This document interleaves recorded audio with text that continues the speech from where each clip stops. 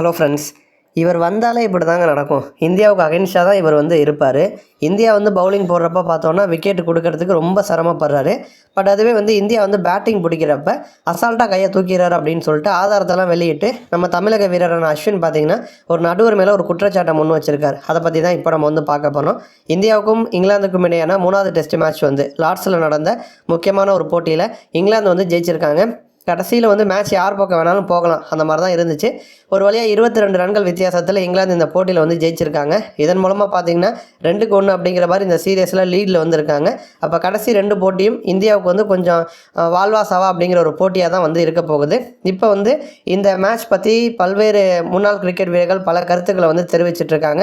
அந்த வகையில் பார்த்தீங்க அப்படின்னா அஸ்வின் நடுவர் மேலே ஒரு குற்றச்சாட்டை முன் வச்சிருக்காரு. அந்த நடுவர் யார் அப்படின்னா பால் ரைஃபிள். இவர் வந்தாலே இந்தியா ஜெயிக்கிறது கஷ்டம் அப்படிங்கிற மாதிரி அஸ்வினோட தந்தையும் பார்த்தீங்கன்னா அவருக்கு எதிராக தான் பேசியிருக்காரு. இப்போ இதுக்கெல்லாம் என்ன ரீசன் அப்படின்னு கேட்டிங்கன்னா, இப்போ 4வது நாள் மேட்ச் நடந்தப்போ முகமது சிராஜ் ஒரு பாலை போடுறாரு. அதை ரூட் எதிர்கொள்கிறாரு. அப்போ எல்பிடபிள்யூ ஆகுது. நம்ம பிளேயர்ஸ் அவுட்டு கேட்குறாங்க. ஆனால் கள நடுவராக இருந்த பால் ரைஃபிள் அவுட் கொடுக்கல. அதுக்கப்புறம் டிஆர்எஸ்க்கு இந்தியா போகிறாங்க. டிஆர்எஸில் பார்த்தா அவுட் அப்படிங்கிற மாதிரி தீர்ப்பு இந்தியாவுக்கு சாதகமாக வந்துச்சு. அதுக்கப்புறம் பார்த்திங்கன்னா நம்ம இந்தியா பேட் பிடிச்சாங்க. அதில் கில்லு பேட்டிங் பிடிக்கிறப்ப பால் பேட்டில் படாமல் தான் போணுச்சு. ஆனால் கீப்பர் பாலை பிடிச்சிட்டு அவுட்டு கேட்குறாங்க. அப்போ நடுவர் பார்த்தீங்கன்னா அவுட் அப்படிங்கிற மாதிரி தீர்ப்பு கொடுத்துட்டாரு. அதுக்கப்புறம் நம்ம கேப்டன் கில் ரிவ்யூக்கு போகிறாரு.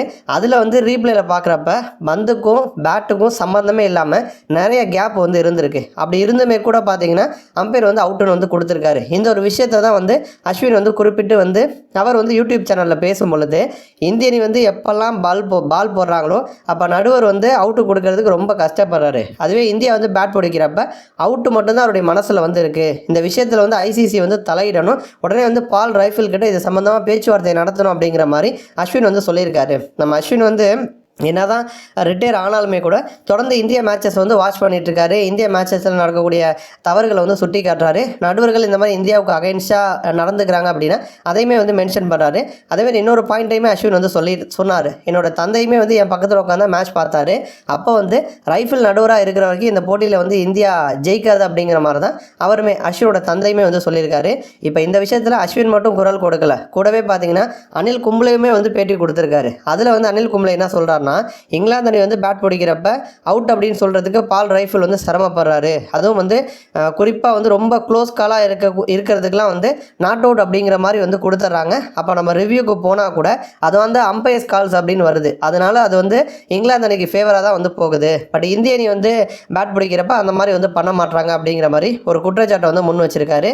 இது ஒரு புறம் இருக்குது. இன்னொரு புறம் பார்த்தீங்கன்னா இங்கிலாந்து ரசிகர்கள்லாம் பால் ரைஃபிளுக்கு ஆதரவாக வந்திருக்காங்க. அவங்க ஒரு ஸ்டாட்டிஸ்டிக்ஸை சொல்கிறாங்க. 3வது டெஸ்ட் மேட்ச்சில் மொத்தமாக 11 முறை அவுட் அப்படின்னு சொல்லிட்டு பால் ரைஃபிள் கொடுத்துருக்காரு. அதில் இந்தியாவுக்கு சாதகமாக 7 முறையும் இங்கிலாந்துக்கு சாதகமாக 4 முறையும் தான் அமைஞ்சிருக்கு. அப்படி இருக்கிறப்ப எப்படி இவர் இங்கிலாந்துக்கு சப்போர்ட் பண்ணுறாருன்னு நீங்கள் சொல்லுவீங்க அப்படிங்கிற மாதிரி இவருக்கு ஆதரவாகவும் பார்த்தீங்கன்னா சில பேர் பேசிட்டு தான் இருக்காங்க. நன்றி.